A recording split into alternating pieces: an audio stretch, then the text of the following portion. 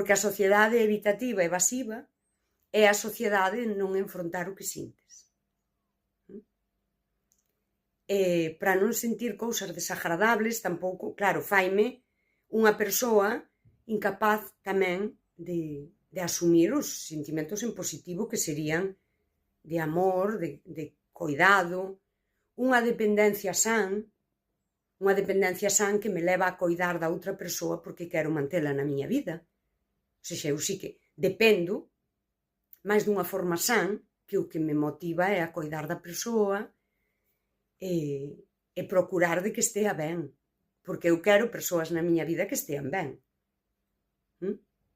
Para eu estar ben, as persoas que me rodean teñen que estar ben. E daquela, eu teño que poñer da miña parte para que estean ben. E a validación a veces require case de que estean mal para que estean necesitadas.